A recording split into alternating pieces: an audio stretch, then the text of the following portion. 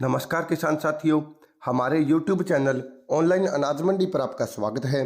किसान साथियों, जानते हैं सरसों की तेजी मंडी रिपोर्ट।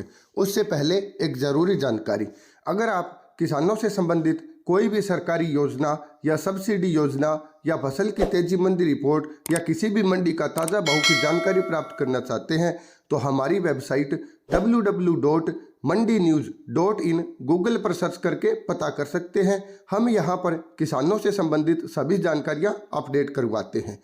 जानते हैं आज की सरसों की तेजी मंडी रिपोर्ट। सरसों में तेजी बनेगी या मंदी, देखते हैं आज की ताज़ा रिपोर्ट।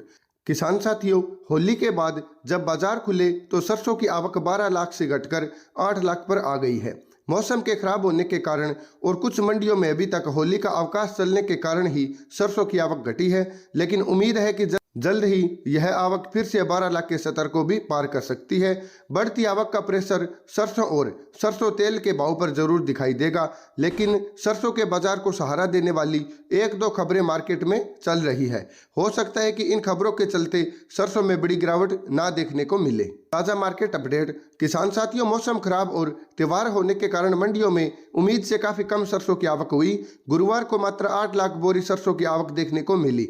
हालांकि त्योहार की छुट्टियां चलने के कारण ही तेल मिलों की खरीद कमजोर ही बनी रही, लेकिन सरसों के भाव में बड़ी गिरावट नहीं देखने को मिली।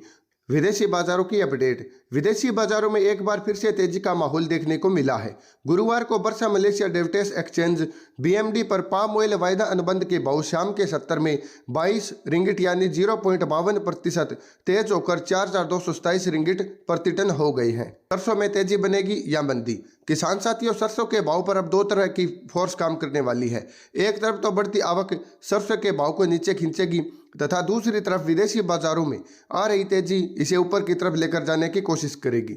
जैसा कि हमने ऊपर बताया कि अगस्त तक पाम ऑयल में तेजी का ही रुझान बना रह सकता है। दूसरी तरफ सरकार भी जल्दी आयातित खाद्य तेलों पर आयात शुल्क बढ़ाने का निर्णय ले सकती है, क्योंकि सरसों के भाव MSP के नीचे चले गए हैं।